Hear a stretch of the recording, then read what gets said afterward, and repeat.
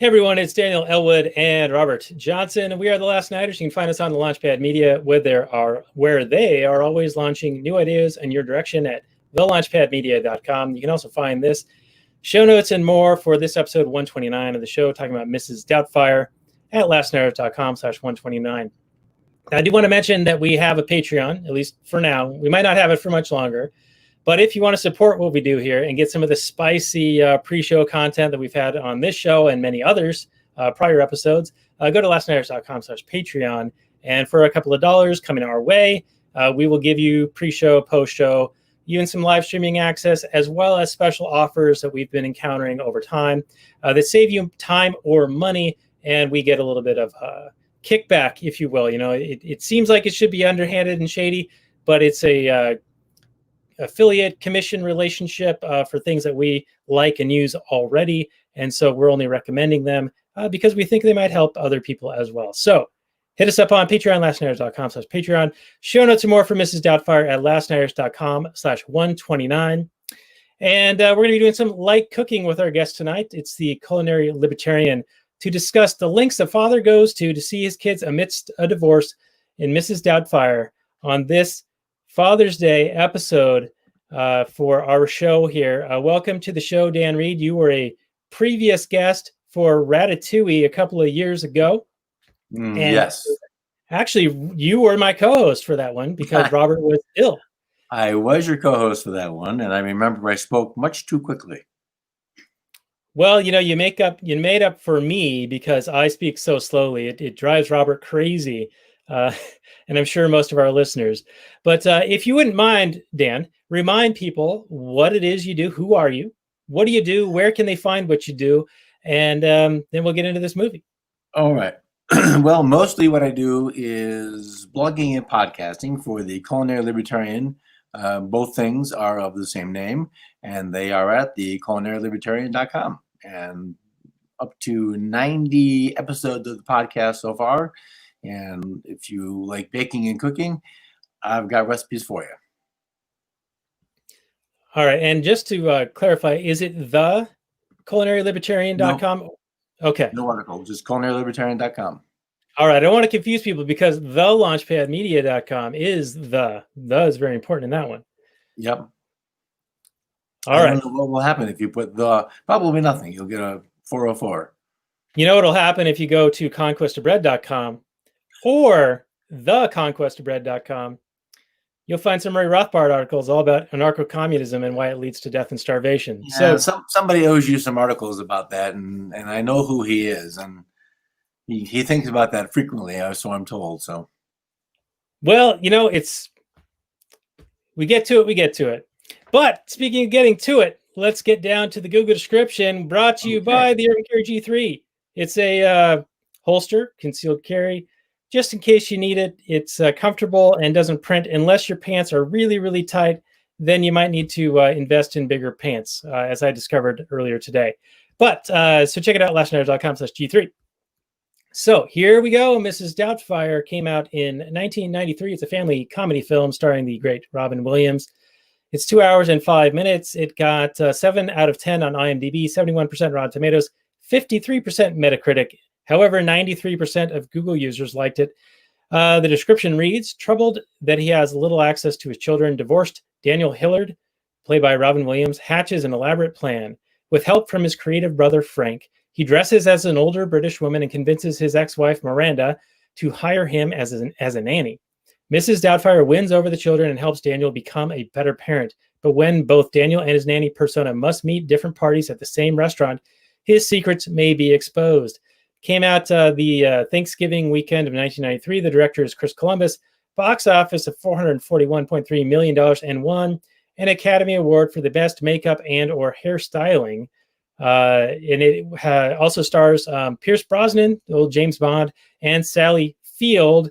So that is the Google description. We'll go to Robert for his opening information. I'm going to do it like this. Darth Vader, Emperor Palpatine, Sauron, Voldemort, Dracula, Jason Voorhees, Freddy Krueger, Michael Myers, Jigsaw, Hannibal Lecter. You know who these people are? I don't know who Amateurs. Amateurs. They are pretenders to the throne. These movie monsters and villains at least had some level of human emotion, humanity, some level of sympathy. In the pantheon of cinema, I would like to add in the king or the queen of villainy, Miranda Hillard. In this movie, it's not a comedy. This is a horror film. This woman creature wears the skin of a human being and yet sits next to this wonderful man, this man that all he loves doing is being a father to these great kids. And yeah, he's got a few issues. He's not the best provider, whatever. He's got some principles. He doesn't like it when you sell cigarettes to kids. So he gets fired sometimes. But this great man, she'll sit next to him in a divorce court and not even counter the judge when he's like, oh, this guy, he's terrible. He should only get to see his kid one time a week and then it's supervised and whatever. And she'll just sit there and go, yep, that's what he deserves. This woman is all those villains combined. She is the height of evil. And she's just this normal human woman in this comedy film. And it was incredible. It was incredible to watch how they tried to humanize her as like this mom character when she's doing these horrifically inhuman things to Robin Williams in this film. Daniel. Well, that's quite the open. I didn't expect you to go that direction. And when you were leading up to that, I thought you were going to go with the judge, because the judge held all this power over the situation, almost like a godlike power about whether he could see his kids or not. And I thought that was like the face of evil when I was watching it. Oh, definitely. He's evil for sure. And he's the state personified, and he's the actor and the boots on the ground thug in this case, who is violently separating the people. But for this lizard creature in a human skin suit to just sit there knowing that he's this incredible father, that all he wants to do, he lives and breathes his kids and to care for them and to raise them well and make sure they're enjoying life. And go, yeah, he doesn't deserve to see his kids. I'm just going to rip his kids away from him because he has a little bit of trouble. His apartment isn't as nice as mine, or as nice as the house or whatever. Oh, he's got some older lady living with him. I mean, what are these complaints that she has about him? That he's, I mean, nothing compared to like an actual father that you wouldn't want around your kids. The state, they provide zero case other than that he has a hard time. He doesn't make a ton of money or whatever. Meanwhile, he's living in San Francisco, like one of the hardest places to live in the world. Anyway, she's a horrible person. Horrible. Quite the open. So, Dan Reed, do you have a response to that? And just in general, the you're open for this in the Google description, and perhaps why we're here talking about this today.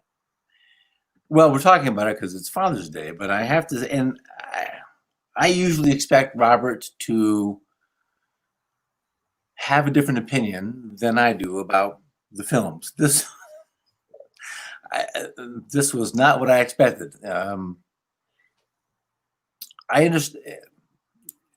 Miranda is just trying to hold all of this together, and Robin is the one who, from a rules, so we have the Miranda is the rules, and we have the judge who is the state and the ruler. So we've got these two competing issues, and Robin's just actually violating both the rules of Miranda, because she said plainly, "I make the rules and you break them," and she's left to clean up the mess. Now the judge, as the state being the ruler, I think there's an argument to be made that. I don't know how it would look, but a private entity could manage these kinds of affairs much better. And certainly everyone's going to agree that taking children away from a parent, this parent, was I mean, they need to make a movie, but it's a harsher sentence than is necessary. But if they don't do it, they haven't got a film. So part of the things that are happening in the show and the movie are devices to move the movie along to get to the end. And I recognize part of that, but at the same time, there is a discussion to be had about how much power does the state deserve, somewhere between 0 and 100%, for managing family affairs. Yeah, we did an episode not too long ago called Instant Family, a movie called Instant Family with Rachel from Canada's Heals Me, and we got into a lot of these nitpicky issues with the courts and the adoption process, and it seems to have a similar situation here. I do like at least that they brought up the concept. The judge even said it early in the film that normally we decide for the women just predominantly, and maybe that's an issue, maybe that's a problem. And I'm kind of surprised that that was like even brought up or even mentioned, because I think it is an issue and it is like a very predominant thing, and it's not viewed as an issue. I think it's just viewed as what happens normally. But to Robert, your point, yeah, this is a very loving father who dotes on these kids and really does wish the best for them and spends as much time as possible with them. But he also is a guy who is like a man-child. Like, he is basically one of the kids. He's just like the lead kid of the kid gang. And I can see how, as their marriage grew apart, because she was no longer wanting to have this fun man-child in her later life. So no, I can see why she was unsatisfied with the marriage. But to your point, yeah, she went too far in not pushing back on how much time Robin Williams could spend with the kids. Robert, your take on that? She was absolutely quiet and silent about that, and you know it. She didn't mumble a peep in his defense at either of the trial sessions. Now, the fact that the idea for his defense, right? I understand, but so why you have an expectation that she has a shred of humanity? What? Yes, I do have an expectation that she has a shred of humanity in her, right? That she has a sense of fairness, not that she's just like, I deserve these kids all the time and they shouldn't even see their father. What kind of inhuman monster has babies with a guy and raises them for 14 years and he's been nothing but a loving father the whole time?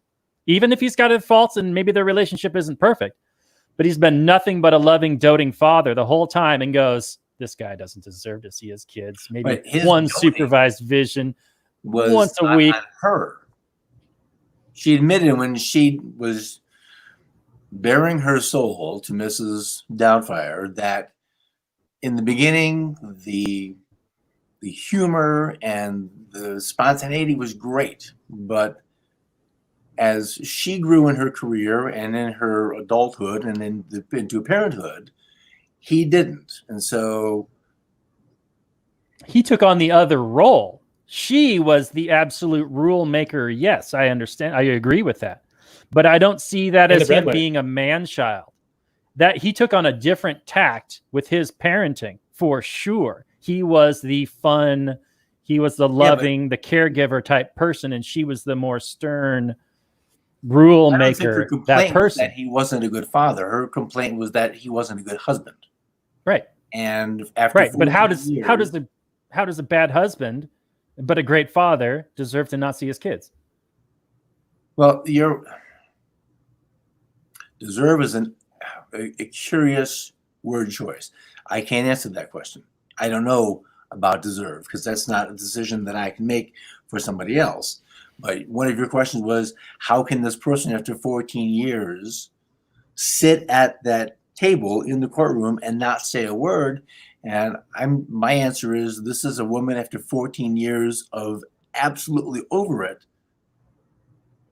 doesn't want another day of the same. She's looking for something that's some kind of a resolution. So why doesn't she speak up? Because she needs to go on.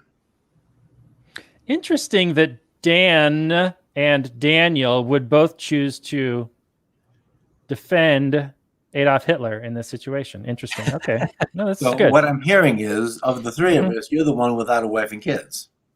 This is also true. All right. Oh, burn, deep burn, double N burn. Well, Burn. no. there's if you've never, whatever you haven't ever done, you can have an opinion, and Robert's got good opinions, but there is an experience base denied that opinion. So there's information that can't be had because you haven't had it. All right. So you're saying my lack of experience affects my morality judgments here. I'm not saying it's a morality judgment. I'm saying not having kids in the house for 14 years has denied you what that feels like for 14 years. So you're defending her by saying that she's had 14 years of experience with this guy. So even though he's a great father, he doesn't deserve to see his kids. Is this your argument? No, my argument is not that he doesn't deserve. I've already spoken that I can't speak to that part. I'm acknowledging her position. I'm not sure I'm defending it, but I'm saying I understand it. Okay, fair enough. But he's also got his, as the, I'm not sure that I'm on board with being the fourth child, but I understand where Daniel's coming from with that. But he is not blameless in his behavior. He has refused on some level to acknowledge when it's appropriate to be the fun, go-loving, let's go have a party and dance on the table dad, and the stern, you need to go do your homework, and you're not getting a snack, and this is what has to happen. And it took inventing a personality to be the father Miranda wanted from this guy in the first place. So clearly that ability is there. And as an actor, well, so here's the point. This is the judge's point, and I can't believe I'm sort of siding with the judge, at least in the argument. I don't like the decision. But if he has the skills of an actor that he has, why did it take this? Maybe that's the answer. Why did it take this moment to find that acting skill as the solution to being the father Miranda wanted? I've got answers. Well, hang on now. Let me get into word edgewise between you two here, because I am skeptical that Robin Williams' character was just Mr. Happy-go-lucky fun guy the whole time, all 14 years. And then all of a sudden he puts this makeup on and all of a sudden he's just this great father character. Yeah, we only see him at the very beginning of the film setting up this party for his kids. And then through hearsay from Seld's character, super villain, that he's always like this, that he's always been like this.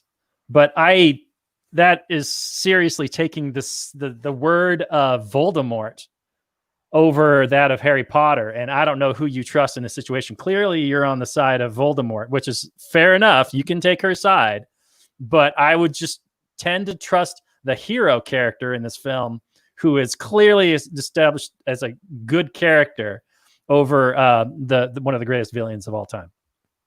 All right. Well noted, Robert.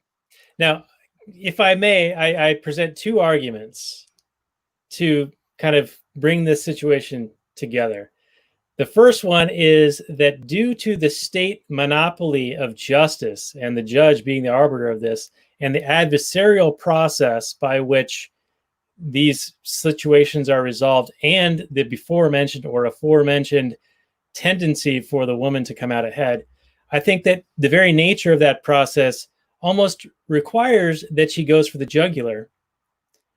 And so she's not going to stand up for him. She's going to go and go after the strongest position that she can. And so that, by its very nature, is going to be less fair, especially to the father, and a good father at that.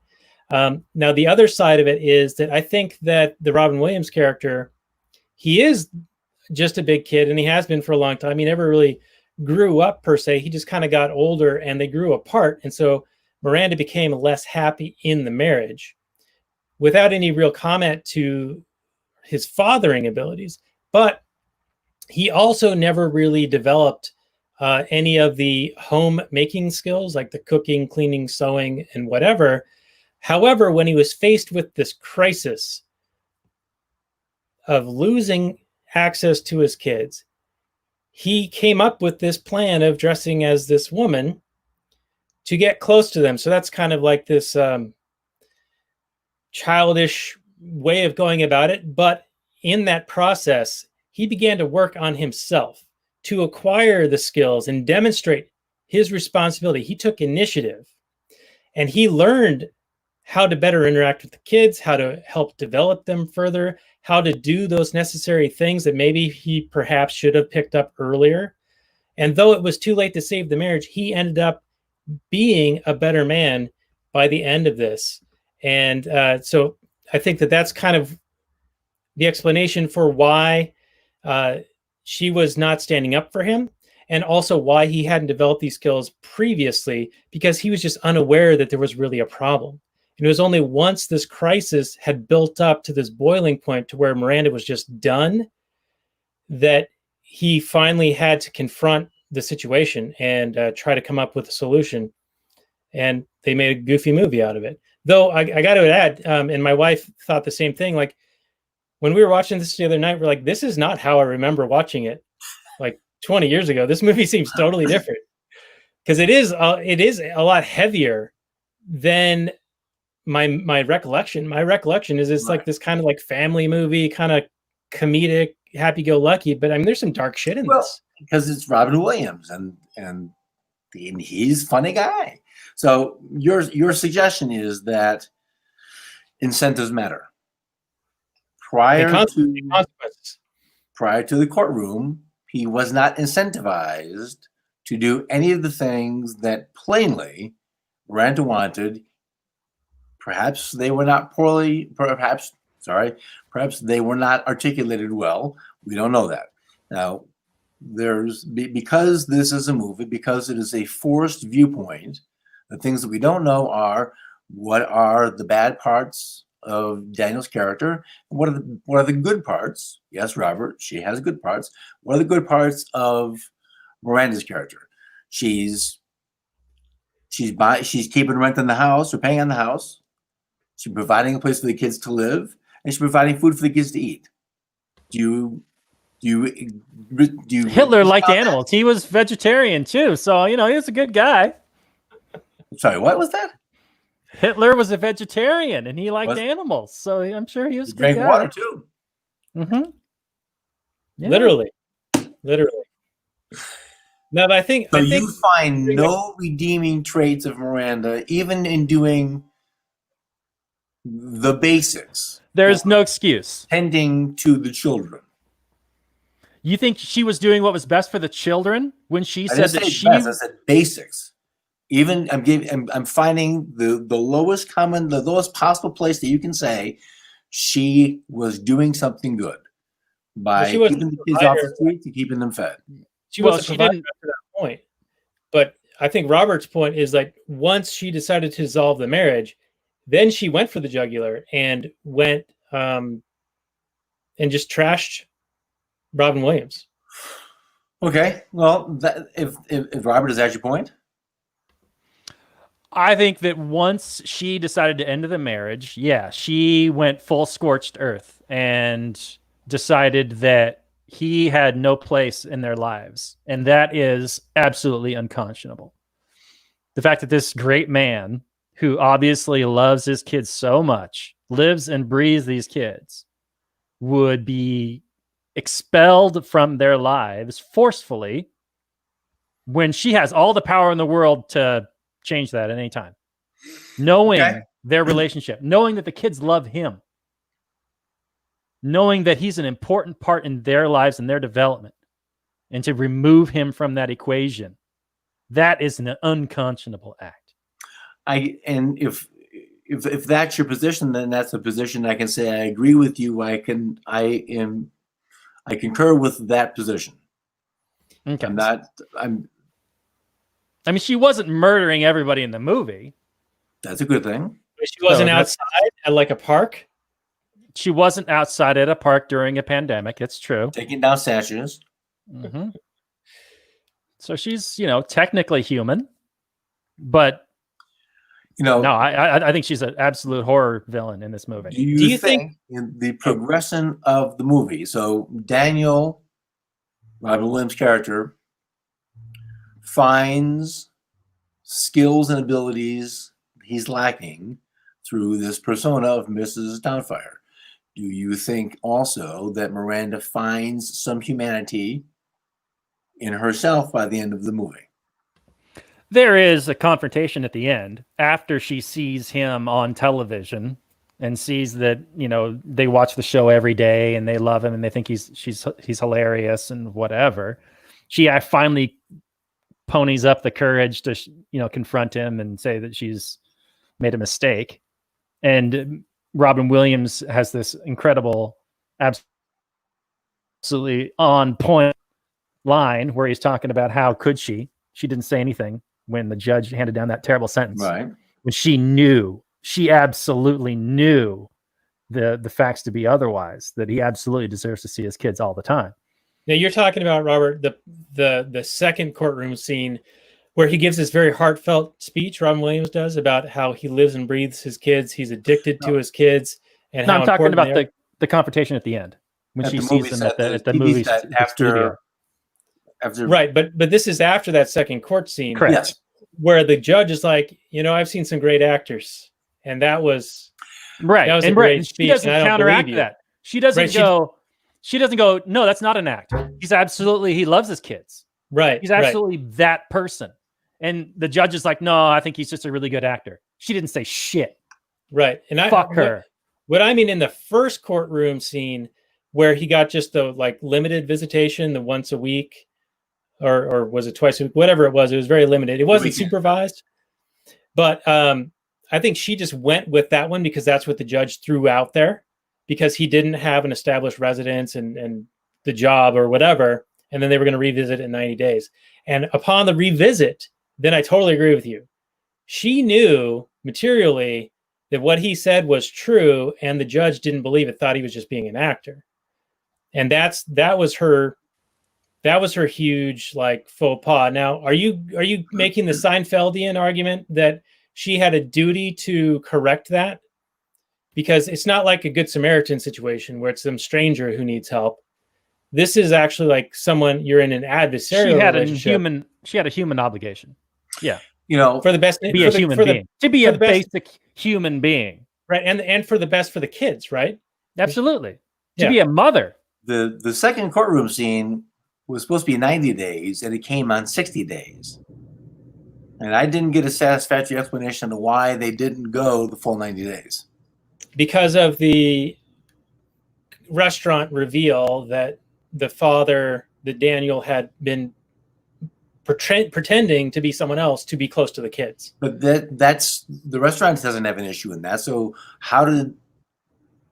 who was the complainant? It had to have been Miranda. Had to be Miranda. Yeah. They make allusions to that. They're like, yeah, you did all these actions recently where you pretended to be someone else. You defrauded or whatever, and you defied the court order limiting how much access you had to the kids, et cetera, et cetera. Mm-hmm. And that brought up an earlier, confrontation of the trial, or not a trial, but whatever the court proceeding is. So, yeah. And I'd be mad too if this ridiculous scenario of somebody dressed up as someone else and they were, not supposed to be there. Yeah, I'd be a bit miffed as well. Would you, Daniel? Would you be upset? You don't think if you were in Robin Williams' character shoes, you would be upset? You think it'd be totally fine? Well, he was obviously upset as well. Did he have cause to be upset, Daniel? Was he justified? Probably, because he wanted to offer his services to spend time with the kids instead of her hiring the nanny. Now, what did you think of him changing the number and then creating all these fake calls to poison the well of that looking for another nanny? There was a couple of situations where it's not obviously a NAP violation, but there were a couple things that he did Changing the name, the numbers was one of them. A few of the things that really make you can say, I understand the desperation of a father wanting to do this, but there's some sort of shady behavior there. And that's... He is the victim of an immoral act. He is not the moral actor in this situation. He has been forced by the state against his will to not be able to see his own children, his own progeny. He is not the moral actor. I'm not saying I'm giving him carte blanche to murder people. Oh, but these little up until before that, transgressions and frauds, you can go I do have it. like zero problem with. So Tanya Harding and Nancy Kerrigan, that's fine, but murder is out of the question. I'm not saying that he should get physical with anybody, but I saw him as the hero character the entire time. And I'm not saying the hero is a flawless person. That was he was absolutely. I think he's not always the hero, and so they are. Uh-oh. Well, you know, we were just not. We don't want to hear his argument. I'm just kidding. True. Hopefully, he'll join us back and finish making his point. All right. Yes. I think he is back in the game. All right. Hey. Right. Not the hero, but by changing the phone number. Now, granted, he's depriving somebody of possibility of earning an income for the family. Now, granted, what we're shown is people you wouldn't want to hire no matter what. But that's not really the issue. The issue is he's forging something. Now, we don't want the block here telling us that forgery. Yeah, forgery is great. We love forgery. There's an issue here. He's causing somebody possibly some harm, and by possibly not getting a job. That's not. I can't show you literally. Wow, I can't even say it. That's the case. But I'm with you on the fraud aspect, but I'm not saying I don't agree with you that someone is owed a possible job or anything like that. He's not interfering with anybody's ability to get a job. Wants to give somebody money. She wants to give somebody money, yes, but that's not to say that she would have hired any of those people. True. Well, what people are you guys even talking about? All the phone people calls that otherwise would have called. Right, but we don't know who those people are. Other than we get and that's what I'm saying. I don't. A short reveal at the end of like some applicants who all get crossed off the list. Right. So they have high. I can't show actual harm to somebody, but the possibility has been established that somebody isn't getting a job because of his actions. Right, but nobody's owed a job either. I didn't. Yeah, I agree with that. Okay. All right. So, speaking of this whole elaborate plan of changing the phone number and then making these phone calls pretending to be applicants and just being like terrible applicants, right? When he makes that go in for the kill call as Mrs. Doubtfire, he's got this whole elaborate plan, this whole thing figured out. He's kind of winging it, but yeah. Then she asks, well, what's your name? And he's like, I didn't give you the name? Yeah, that was kind of stupid. Who makes an elaborate plan and doesn't have a name for it? Now, this is the exact opposite of me. I come up with great names for websites, for concepts, for ideas. The rest of the plan just doesn't. Right. Yeah, that's true. Doesn't work out. But like, how do you have this whole elaborate thing, and then you're like looking at a newspaper? Fireman put out fire. Oh, Doubtfire, Miss Doubtfire.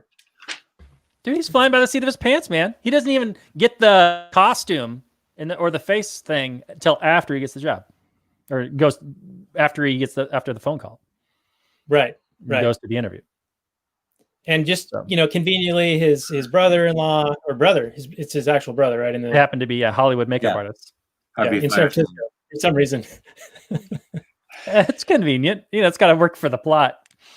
Yeah. Well, I think some of the things that are presented, like not having the whole costume or going through the progressions until finally, I have plaster. So I think part of that is just devices for the movie. Partly because you've got Robin Williams and you have a chance to do all of these things that someone going to a Robin Williams film is going to want to see. They're going to see his spontaneity and the guy sing, the music, the whole thing, the whole Miguel. We got to see it all. So you got to see his Barbra Streisand. Yeah.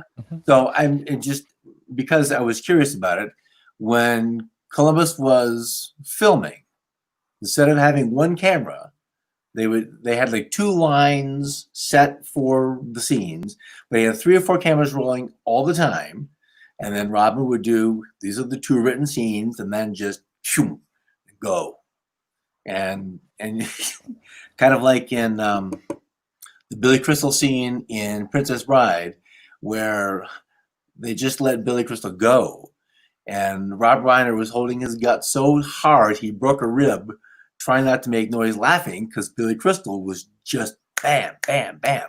Well, when you get Robin Williams in front of a camera, you better be ready for a long take. Yeah, I think they also did a similar thing with his genie character in Aladdin, where he just recorded him and then they just animated him afterwards. All right, you go. We're gonna go get you. I gotta get a coffee. We'll be back. So, there were a few moments when I was taken out of the movie because something was preposterous. The truck running over the mask was one of those. It's like, come on, stop it. But I recognize that this is a device to move the plot along. You've got to have some tension in place, even though it's ridiculous. I can forgive those things because I know what's going on. Yeah, and that's a good point. I mean, they wanted to showcase all of Robin Williams ad-libbing and his impressions and singing and whatnot. But very good. Within the constraints of the movie, he had already established that he is some Scottish/English lady of the house or whatever, nanny. And then he dresses up as Streisand or as this Cuban woman or as, whatever else. It's like, no, that doesn't fit with the story you just started telling me. So if they had fit in him trying on the different outfits and the different characters before he established that call with Miranda, that he's going to be this British woman. Yes. It would have made so much more sense. Yeah, no, that was weird. You're you're going with this old British nanny voice, and then you're dressing up as these other characters that aren't an old British nanny lady. Yeah, it makes no sense other than to showcase Robin Williams and his craziness. Yeah, and all you had to do is move that ahead somehow, And hey, I got this wild idea. I need to be a woman, I need to cross dress or whatever. Which, speaking of, there were so many instances in this film where I'm like, holy crap! You could not make this movie today. Yeah, how is this not shut down? How did they not go back into the Twitter feed from 1993? This should be canceled. Yeah, I know this movie's so transphobic. Like when he's calling her. And he's like, "Oh, I used to be a man or whatever," and she's like, "Ugh." Right? Yeah, actually having. That's how I feel. It's another reason why she's evil. She's transphobic. I have to admit I completely ignored that possibility, but that's true. That's a whole storyline that I bought entirely because it's San Francisco. So.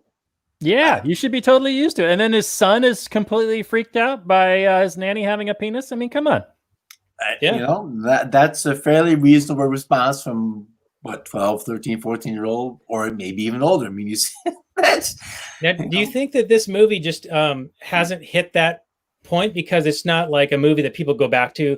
Like I had said earlier, I haven't seen this in 20 years, and it's way different than I remember from the 20-year prior viewing, where it's more of a kid movie. It was cutesy, whatever.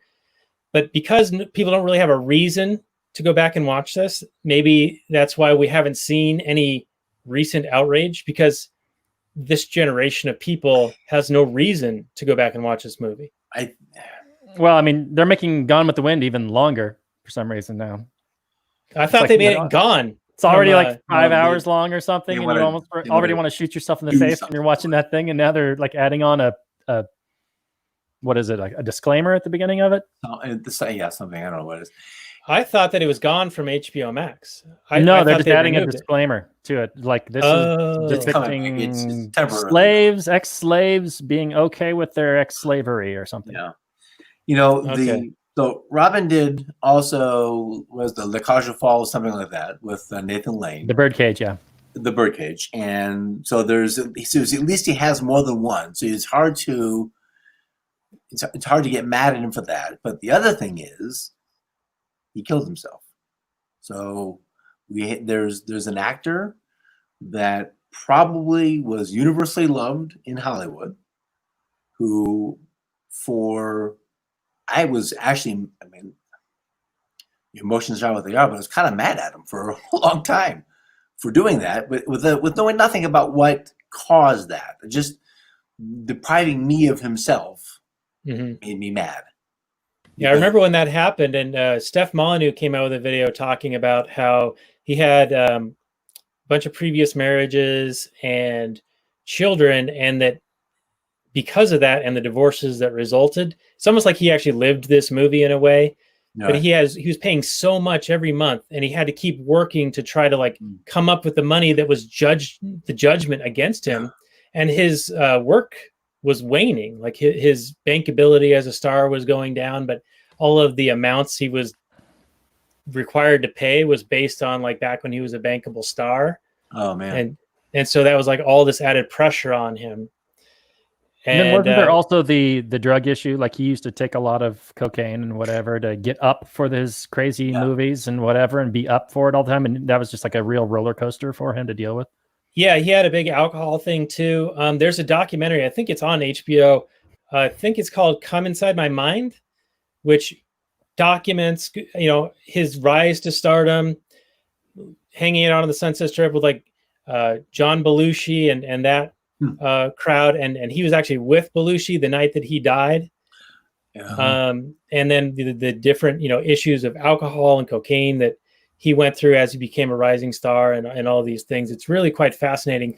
But he is a very quick-witted guy, and he riffed a whole bunch. Even in this film, they said that they made, I think, 4 different rating cuts of the film: G, PG, PG-13, R, and NC-17, because some of the stuff he riffed was so out there.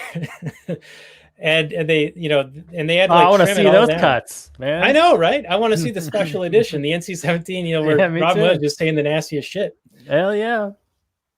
No, he's obviously an amazing talent, and he will be missed. And I don't know if there's going to be another person like him that could replace him. He is a one of a kind. I don't think there is. And so the point now is, so he's got these 2 movies, and he's got an accepted irreverence for everything. So he gets a pass, and then the suicide gives him. Just you can't. What kind of a pig do you have to be to criticize him now in this movie? But yeah, you're right. There's no way this movie gets touched today. It would have to be, everything would have to be changed. So yeah, coming after Robin Williams, talking shit about Robin Williams now, it really makes you look like an asshole. Lesbian couple. She comes in as a man, and that's the only way you could do it. Yeah, they were gonna. They had talked about doing a sequel for a long time. Yeah, we're starting to come together, and then the suicide happened, and obviously that put an end to it. Yeah. But yeah, so we've got 10 to 15 minutes left of show time here. So, are there any notes that either of you guys have, or are there any other discussion points that we can kind of jump off of? I have one, and that was where the 5-year-old kid repeats back to Miranda what he had said, and she took everything super literally. Like, why would you want mommy to die? Because kids are very, very literal. 5-year-olds going to do that. Yeah, and what other choice words do you want to teach our 5-year-old? Well, I'll tell you, my almost 5 and almost 7-year-old, they say some things that might not be safe for 3x5 cars. Other children to hear. Other children or traditional company. But like when one of my friends was visiting recently, my 5-year-old said, "Yeah, we can't go anywhere because the government lied about the flu virus." Yeah, that is what's keeping people at home. Yeah, don't take her out. Yeah. Now, listen, I'm not saying the flu or the COVID thing isn't a real thing. I'm just saying that it's over dramatized and made into a bigger deal than it really is. And my stance has been that the number of cases will increase and the fatality rate by the denominator of that will make it be a much smaller death rate than we were told would be for months, and then thus necessitated the totalitarian lockdowns. Right. And so, yeah, we talked about it with the kids. Well, it naturally comes up, I'm sure. Why Two can't we go things I outside? thought were interesting. The oldest, when Mrs. Doubtfire is making them do chores, and the oldest says, "This is exploitation." Oh man! Even back then, they couldn't help themselves. And then there was also a few moments of just global wacko, and I forgot what there was something about that, but it just sort of stood out. One thing I noticed was at the very end of the film when they're in the restaurant and they asked to be in the smoking or the non-smoking section. Yeah. And I'm like, oh yeah. They used to be smoking and non-smoking sections in restaurants back when, the free market was allowed to operate and there wasn't the government interference forcing everybody to be non-smoking. But back in the day, you could actually accommodate to different customers. Huh. That's kind of funny. It never really worked. If you were ever in a restaurant that had them both, you couldn't be far enough away from smoking to not smell. You're right. It was smoking and less smoking. It's true. But, but still, you wouldn't be able to have this contrivance at the end of this film where he has to go between the smoking and the non-smoking. So you could probably have it be just in one end of the section of the restaurant and the other. But my 5-year-old, because we rented it through whatever it was. No, she's not 5, she's 8. I think I remember the first time seeing it when they were at the Bridges restaurant and he has to go between characters and go between dinner guests. I think I probably thought that was funny. This time I was aggravated. It was so, yes, a vehicle device to move the movie along, but it's, come on. It was so stupid I got up half a dozen times to go get chips or peanuts or fill up my water. My 8-year-old thought the whole thing was fantastic. Well, what made me mad was the fact that there was only a men's room and a women's room.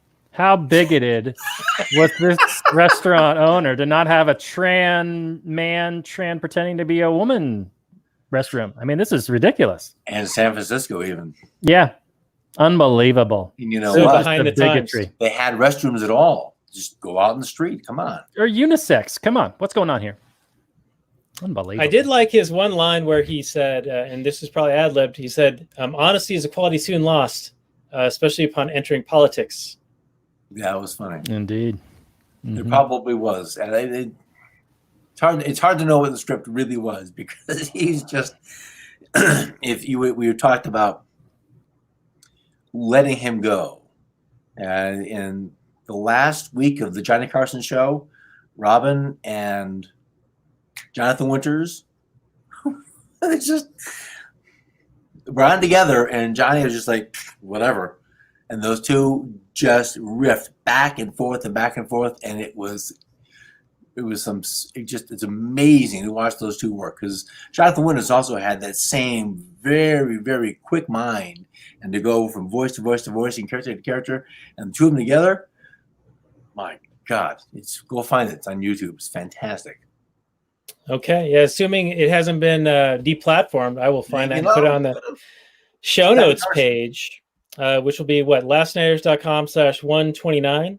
We're also going to have links to your Culinary Libertarian website, your prior appearance for Ratatouille, and any other stuff that we've kind of stumbled across in this somewhat meandering conversation that we should start to close out how we do, Robert. Unless you guys have any final notes, Robert, you can lead us off with your final summary review and scoring system, however you want to do. And, I feel bad because we've hardly talked about cooking at all. And that's we got to mention that scene, right? We previewed it a little bit in the pre-show, but we got to talk to Dan about, we can't have Dan on and not talk about the ridiculous cooking scene. Well, ridiculous is right. So when that scene opened, and he's got his rubber latex bra on, so I presume it was potatoes in the front, just boiling like crazy. There's a pot in the back boiling. There's a skillet with something in it that's smoking, and he's finding, and then to find a pinch of basil. Oh, shut up! Stop it. Then bloop, of course, the top comes off, and all the basil goes on the thing. It's already charred. It's already trashed. Just save the money. But the thing that's fine. You got boiling stuff, overflowing, manage your heat.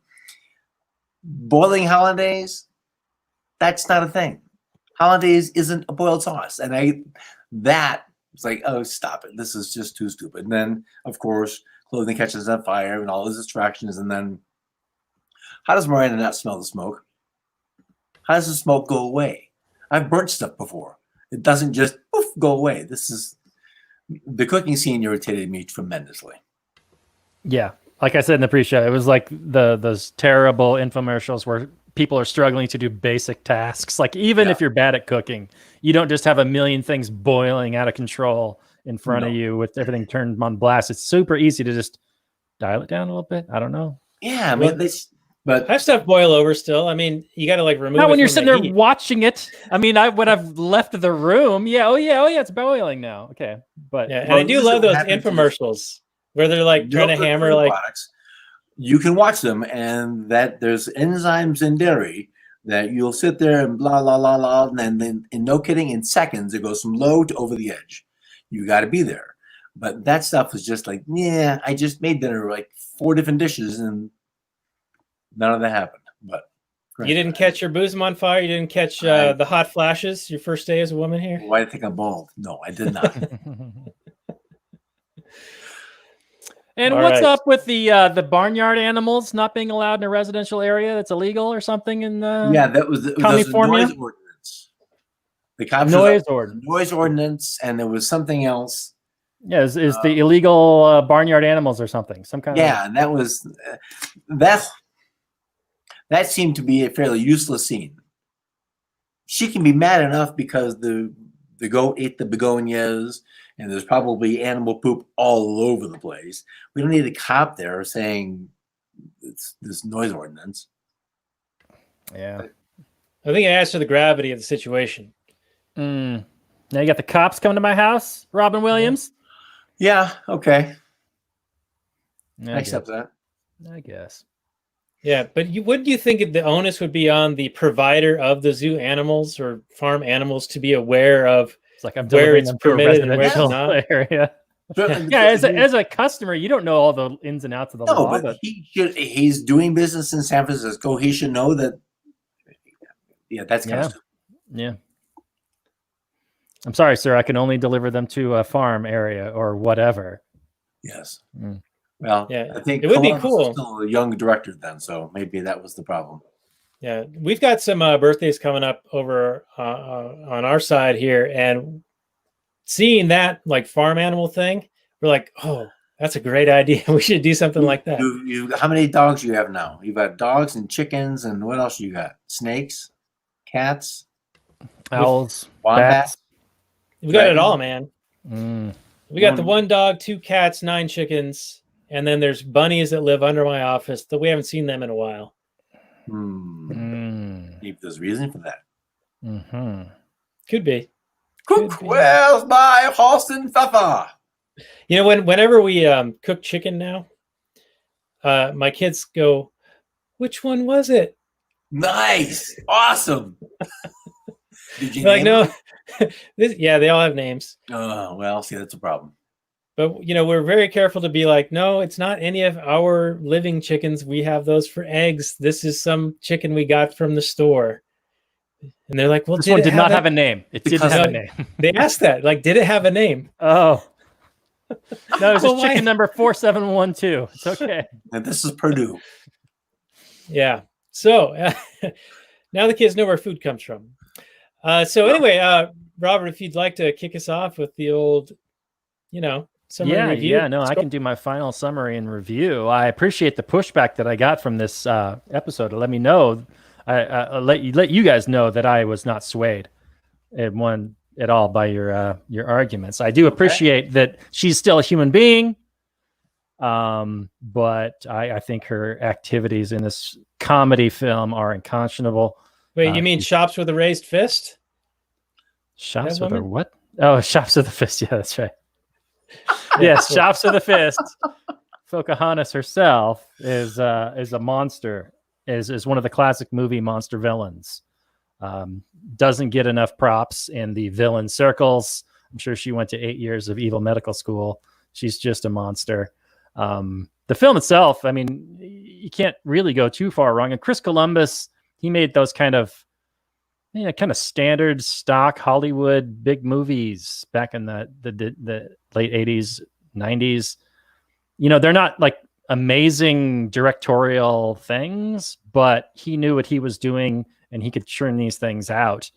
And a lot of people went and watched them. I mean, he made movies for big audiences, so you can't really fault him for that. But yeah, I mean, you got the talents of Robin Williams, once in a lifetime talent. And the script is pretty good. I mean, you don't even really need a whole lot of a script like we were talking about. I mean, the guy was a monster ad libber. It's a tragedy that he got imposed by the state to have to pay all these ridiculous alimonies, and that ultimately probably led to him taking his life. It's just another, state murder. Essentially, not necessarily direct state murder, but I'd probably label it close to something like that. The film itself, though, is a lot of fun, and I think it really we had a great conversation. I really enjoyed this. I like it when I take an extreme position and I got a little bit of pushback, so that's a lot of fun for me. So I'm going to give this like a 7. I think it holds up. It doesn't try to do anything special. There's not like special effects that go bad or whatever. There's a little bit of hokiness, but it really features a hero versus a classic movie monster. I mean, it's a good movie. I enjoyed it. All right. And what's the score on that? 7. A 7. All right. So, Mr. Reed, the Culinary Libertarian, now is your turn. Up to the plate, so to speak. And if you wouldn't mind, Robert went with a score of out of 10. If you wouldn't mind, like maybe Michelin stars or something more along the appropriate, culinary 3, angle. So that's a lot. It's going to be hard. I think it holds up as a story people recognize, because this is the thing that happens. This is something that people still experience and still go through, is human drama. I think some of the restaurant scene irritated me. The drive-by fruiting, that was funny. The resolution at the end was expected and actually kind of appreciated. But looking at it now as a husband and a father, it doesn't, the entertainment value is gone from when I saw it back in the 90s when I had none of those things. So I was thinking somewhere between 7 and 8, but since I'm asking for Michelin, I'll give it 2.25 stars. All right, and just for the folks at home, rating a Michelin star is a grade of restaurant, right? Yes. And it's out of how many stars total? 3. Oh, 3 is the max. Okay. Yeah, max. Okay, and I think that Michelin stars were featured in Ratatouille, which was your prior appearance on the show, because they lost one of the stars. Because Keller was involved in that, and they would have done that. Right. Okay. All right. Well, thank you for indulging me on your rating system there. Appreciate it. You're welcome. So this movie was way different than I remembered. I remembered it being this lighthearted comedy film, and we watched it again, and it's like got some dark stuff, and it's some, like to Robert's point, it's very evil stuff going on with Miranda and also with the state and the judge just being godlike and determining who can see their kids and when and how often and all of these things. And it just, showcases how awful that scenario must be, especially with a father who's obviously very caring for the kids, not abusive. I know that there are bad situations that happen, and unfortunately we're stuck with the system that we have today. And so it makes sense that it would kind of sway a certain direction that it does, but it doesn't make it any like more palatable to see it, especially in this movie, a good dad get just boxed out of being able to be with his own kids, so much so that he has to take on this cross-dressing persona and present himself as something that he is not, someone he is not, though he does grow in that process and figure out a way to, against all odds, still be able to see his kids and be with them. And it, of course, resolves fairly well at the end. In fact, the original script, I was reading that they don't have Miranda and Daniel get back together, and they didn't like that ending, so they fired the writer and had it rewritten to where it resolves at the end where they do get back together, and then they changed their mind and went back to the original where they don't get back together, which I think is the appropriate one, because that's probably more realistic, or what would happen in real life. I think once sort of like you're done. Oh no, he's too good for her. Yeah, and once you're kind of done in a relationship, it's real hard to go back. Oh yeah, you know? After someone does like something like that to you, you'd never get an erection again in that bed. Well, there's the going back part. That's why we're in the courtroom in the first place. There's what was there doesn't exist. There's nothing to go back to. It's just not there. And being the kid from a parent that got divorced, that ending's the right ending. I'm happy there's a civility. Sometimes I think that may not be true. For me, that was the case, but there is a difference. These two people, they need to be away, but the kids are the thing that both parents still love, and that's clearly the case in the movie. Whether, even though she's Voldemort, she does care for her kids. So the ending's the right ending, and it doesn't change my score, but it's at least it gives a plausible resolution to a complicated problem. Yeah, I agree. And just my score is a black and gold for the movie, so it's still a good movie. Like kind of a tepid movie. It's not like wow, that's a long time ago. Good God. Hey, I'm bringing it back. Bring it back into fashion.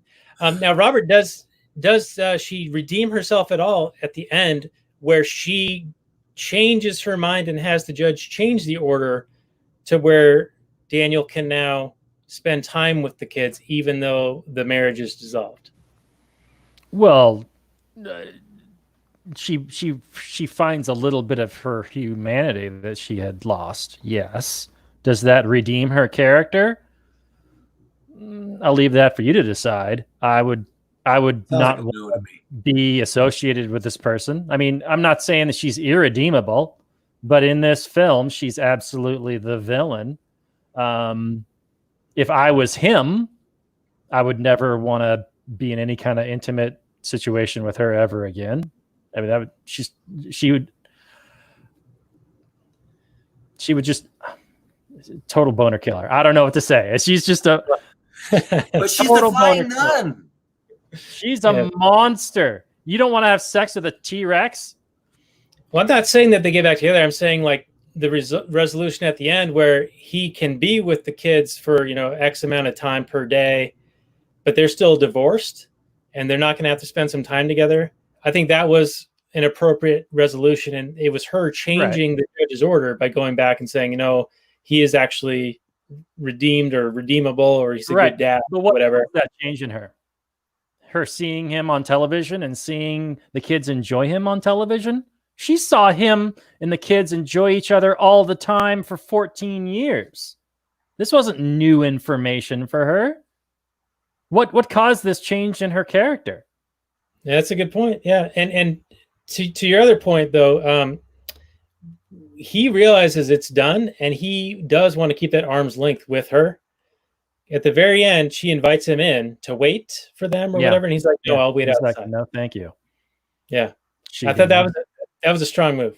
Mhm, Yeah. absolutely. I think I don't have, Robert, an answer to your question, and I certainly don't think I have one that's going to appease you. But I think Mhm. there's the time of familiarity with Mrs. Doubtfire now being a character on TV, where it's not just her.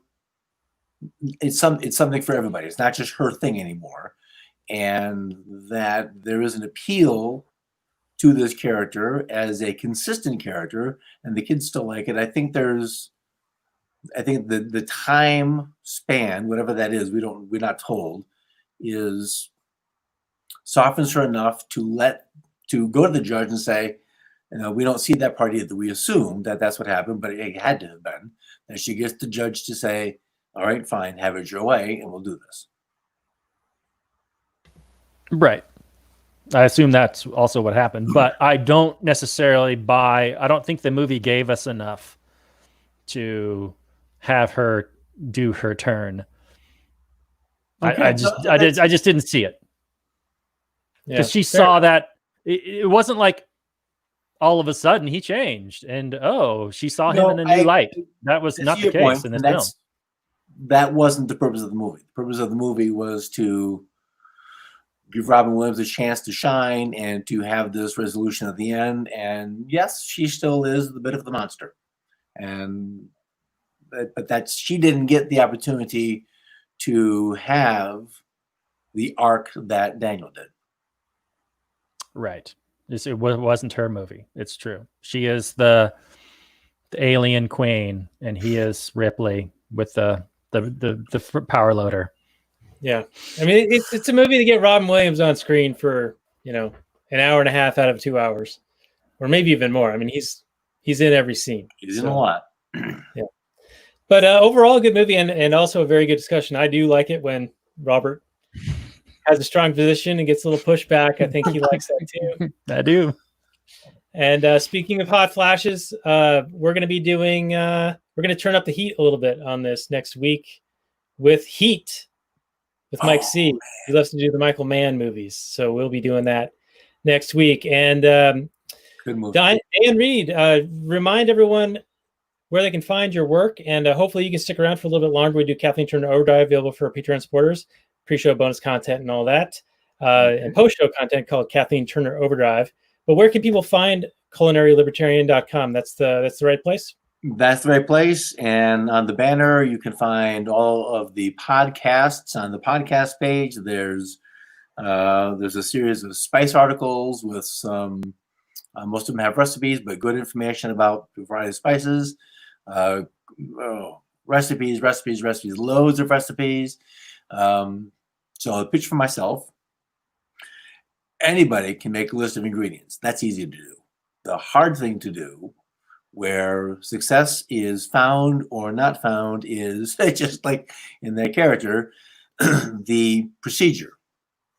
So one of the things I want people to do when they cook is I want you to win. I want you to make the thing well, that you did a good job. And that comes in giving the procedure how to make the thing. And most cookbooks don't do a good job with that. I think I bridge that gap for success, because that's really the thing that matters is I want you to do well and eat good food. All right, very good. And thank you again for being our guest. You were also on for Ratatouille. We'll have that on the show notes page, lastnerds.com/129. And Robert, while I roll the Patreons down in the lower panel here on the YouTube video, why don't you remind people what they can do to support us here at this here show before we get into the Kathleen Turner Overdrive? Well, I don't want to limit your choices, your ability to support us, but I will give you some suggestions. So you could go to the Patreon and join these other fantastic people that do support us monetarily. You can also leave likes, you can leave reviews, you can interact with us, you can subscribe in all the relevant places and things that everybody's so familiar with these days. You can also buy some merchandise at Trubster.com. It's just a link to TeePublic, but it features all of my artwork that you may or may not enjoy. But, for those of you that do enjoy it, that's where you would get it. And yeah, I think that's about everything. Thank you all for listening. This has been a fun one. I really enjoyed it. I didn't know that Mrs. Doubtfire would be the movie that would set me off like this, but it was. And I really had a good time. Thank you, Dan. And Dan. You're welcome. Oh, Daniel's muted. You're muted, Daniel. You're talking. Thanks for bringing the fire, everyone. We'll be back next week for Heat with Mike C. And you can find this on the Launchpad Media, where they're always launching new ideas in your direction. Check it out at thelaunchpadmedia.com. We'll see you guys all next week, and I'll say goodnight from last night.